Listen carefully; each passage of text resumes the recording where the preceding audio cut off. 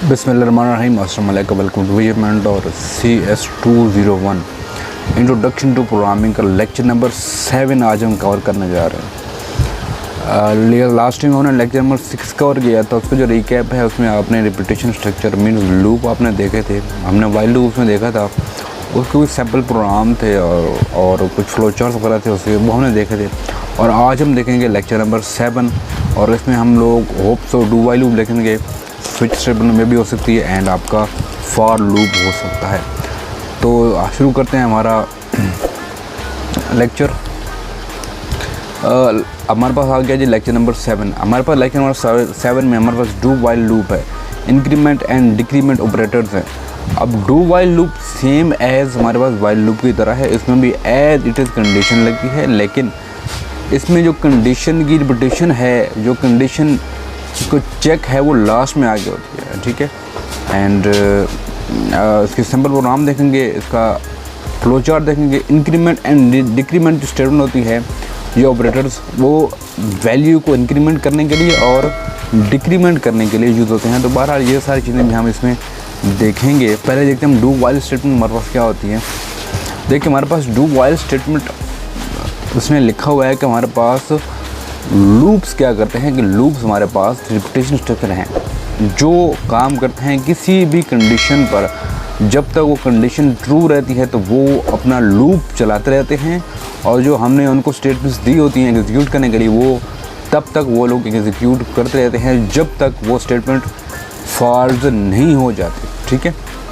Same as अब नीचे आज हमारे पास जो डू वाइल का स्ट्रक्चर है, ये देखें आप कि सबसे पहले हम लिखते हैं डू करली ब्रैक्स, उसके अंदर नंबर ऑफ स्टेटमेंट्स जो हमने एग्जीक्यूट करवानी है आफ्टर द कंडीशन, ठीक है। करली ब्रैक्स को हम ऑफ कर देंगे, देन हमारे पास वाइल आएगी एंड वाइल के अंदर हमारी कंडीशन आएगी। इस बात को ज़हन कर लेंगे। डू वाइल लगाने के लिए हम टॉप पे लिखते हैं do curly braces number of statements curly braces of while and then conditions, ठीक है। और डू के सामने कोई सेमीकोलन नहीं होगा, यहाँ पे किसी किस्म की ब्रैक्स नहीं है, किसी किस्म का सेमीकोलन नहीं है। ये इसका सिंटैक्स है जो आपके लिए समझना ज़रूरी है, ठीक है।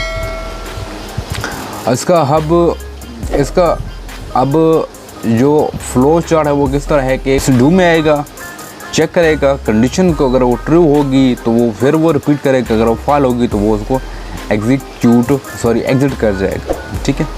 हम एग्जांपल यहाँ पे उसने दी हुई है, ये फ्लो चार्ट है, ये हमारे पास सैम्पल प्रोग्राम है।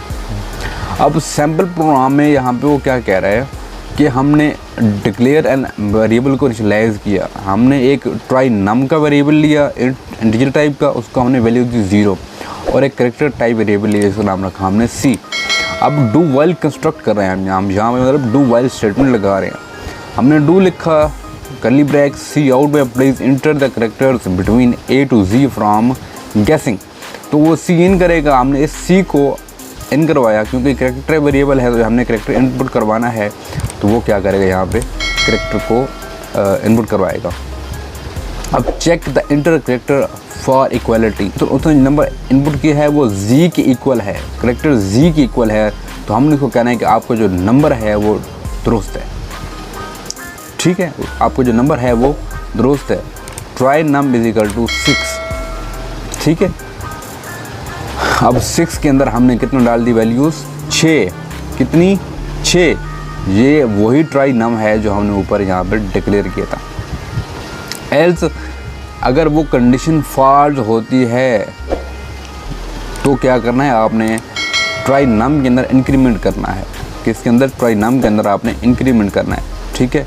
करली ब्रैकेट्स ऑफ कर दी, वाइल की कंडीशन आएगी, उसमें वाइल में क्या लिखा है कि try num less than is equal to 5, और यहाँ पे इसको चेक करेगा कि जो ट्राई नम की वैल्यू है 5 से लेस देन है या नहीं है, और देन फिर ऊपर चला जाएगा, फ्लो ऊपर चला जाएगा, फिर इसको रिपीट करेगा सारे प्रोसेस को, ठीक है। अनटिल जो हमारे पास वेरिएबल C था जो हमने इनपुट करवाना था वो Z की इक्वल नहीं होगा, तब तक ये रिपीटेशन चलती रहेगी, ठीक है। और ये वो सारा प्रोग्राम था। इस प्रोग्राम को आपने ख़ुद देखना है, ठीक है, कोई इसमें मुश्किल चीज़ नहीं है। सेम एज जस्ट कंडीशन थोड़ी डिफरेंट है। ओके जी, एंड नेक्स्ट हमारे पास फॉर लूप आ जाएँ। बड़ा ही इम्पोर्टेंट लूप है ये जनाब, बहुत ज़्यादा इम्पोर्टेंट लूप है आपको, ठीक है, बहुत ही आसान है। अच्छा, फॉर लूप वर्क इसी तरह करते हैं लेकिन उनसे थोड़ा डिफरेंट है। फॉर लूप के लिए हम फॉर का कीवर्ड यूज़ करते हैं, हम नॉर्मल ब्रेक्स यूज़ करते हैं, हम इनिशियलाइज करते हैं वेरिएबल को। इनिशियलाइज जो कंडीशन हमारी होती है वो होती है हमारी कंटिन्यूएशन कंडीशन होती है, हम वो यहाँ पे लिखते हैं। देन हमारी जो इंक्रीमेंटिंग कंडीशन है वो लिखते हैं।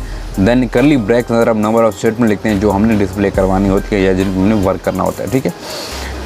इसका कुछ जो सिंटैक्स है वो कुछ इस तरह है कि फॉर लिखेंगे, काउंटर हम एक वेरिएबल है उसकी हमने लिखा 0 इज इक्वल टू, मतलब काउंटर के अंदर जो वैल्यू है वो 0 है। हम काउंटर को चेक करेंगे कि इसकी वैल्यू 10 से लेस देन है या नहीं है, और यहाँ पे उस काउंटर के अंदर इंक्रीमेंट हो रहा है। और याद रहे कि यहाँ 3 स्टेटमेंट आएंगी फॉर लूप के अंदर। कितनी? 3 आएंगी। 3 में पहली जो 2 स्टेटमेंट हैं इनके बाद आपने सेमीकोलन लगाना है, पहली 2 के बाद आपने सेमीकोलन लगाना है, फिर करली ब्रेक्स।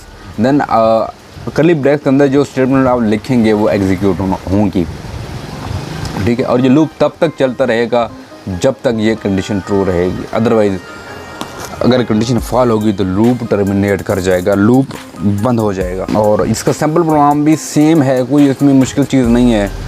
उसने एक काउंटर लूप लिया, उसने फॉर लूप लगाया और उसको वहाँ पर उसको डिक्लेयर किया, लेकिन उसको इनिशियलाइज फॉर लूप के अंदर किया। तो 2 × 1 = 1, देन वो जाएगा 2 × 2 = 4। ये 2 को टेबल आपका रिपीट हो रहा है, ठीक है। ईजी है, ये बहुत आसान है।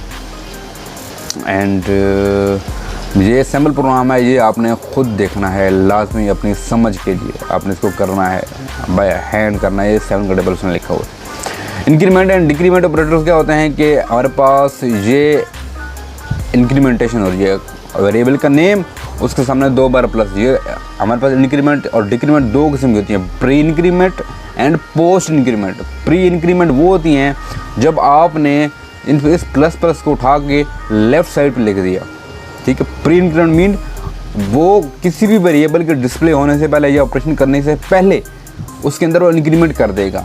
अब ये पोस्ट इंक्रीमेंट है, काउंटर में अगर लेट्स पे 1 पड़ा हुआ है तो पहले 1 डिस्प्ले होगा, देन उसके अंदर इंक्रीमेंट होगा। लेकिन अगर ये डबल जो पॉजिटिव साइन है, डबल पॉजिटिव साइन काउंटर के स्टार्ट में लिखा हो, इसका मतलब ये प्री इंक्रीमेंट हो रहा है, ठीक है। तो ये वो सारी चीज़ें हैं जो आपने देखनी है। यहाँ पे भी आपको प्री इंक्रीमेंट और पोस्ट इंक्रीमेंट के बारे में बताया हुआ, आपने उसको भी यहाँ से भी रीड कर लेना है, ठीक है। ये अब यहाँ पे x = प्लस प्लस जे या प्री इंक्रीमेंट जे, ये यहाँ पे इस तरह हो रहा है, ठीक है। सेम है, तो कोई इसमें क्या कहते हैं मुश्किल बात या नई बात नहीं है, ठीक है। अब सैम्पल प्रोग्राम 2 है, इसमें इंक्रीमेंटेशन वगैरह होगी या लूप वगैरह होगा, तो इसमें आपने कंफ्यूज नहीं होना, इसको भी आपने थ्रू आउट रीड कर लेना है। बाकी इंशाल्लाह हम नेक्स्ट इसको करेंगे, क्या कहते हैं, बाकायदा मैं आपको असम्बलर पर जाके ये सारे प्रोग्राम मैं आपको करके दिखाऊंगा, हम किस तरह कंपाइल करते हैं, किस तरह इनके पास हमारी आउटपुट आती होती है, ठीक है। तो होप सो आपको ये सारा लेक्चर समझ आया होगा। बहुत ही आसान लेक्चर था, बड़ी कंसाइज लेक्चर था। किसी का कोई क्वेश्चन है कमेंट कर दें, फेसबुक पेज का लिंक नीचे आ रहा है, मैसेज कर दें। वहाँ पे कोई भी क्वेरी है वर्चुअल यूनिवर्सिटी के रिलेटेड, स्टडी के रिलेटेड, किसी किस्म की आप मैसेज करें, आपको रिप्लाई करेंगे। अगर किसी ने ऑनलाइन क्लास लेनी है किसी भी सब्जेक्ट की, CS 101, CS 202, CS 201, CS 401, CS 302, जितने भी CS के सब्जेक्ट्स हैं, अगर किसी ने उसकी क्लास लेनी है तो उसके लिए भी आप मैसेज कर सकते हैं। मिलते हैं नेक्स्ट वीडियो में, तब तक